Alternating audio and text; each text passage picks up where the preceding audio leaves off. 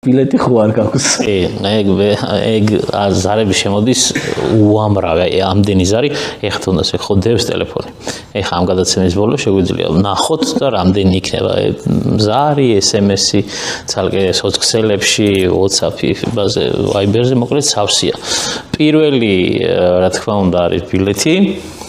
მერე არის სამ კატეგორიად იყოფა. ეს არის ბილეთი, მეორე არის მაისური ვინმესი და მესამე არის დაბადების დღის მოსალოდისი ვიდეო.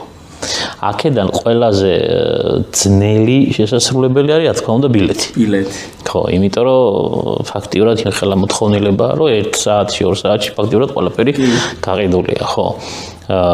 შემდეგი მოდის დაბადების დღის ვიდეო, და მე რა თქმა უნდა, მაისური და ხელმოწერა. მაისური და ბოლო-ბოლო მიუტანდა ხო, მაგრამ ეს სულ ვიდეო რა ყველა სახელზე ხა ვიდეო ამაზე იმაზე აბა იმას და ხო კიდე ახლა დაიმატა რა ნახე კიდე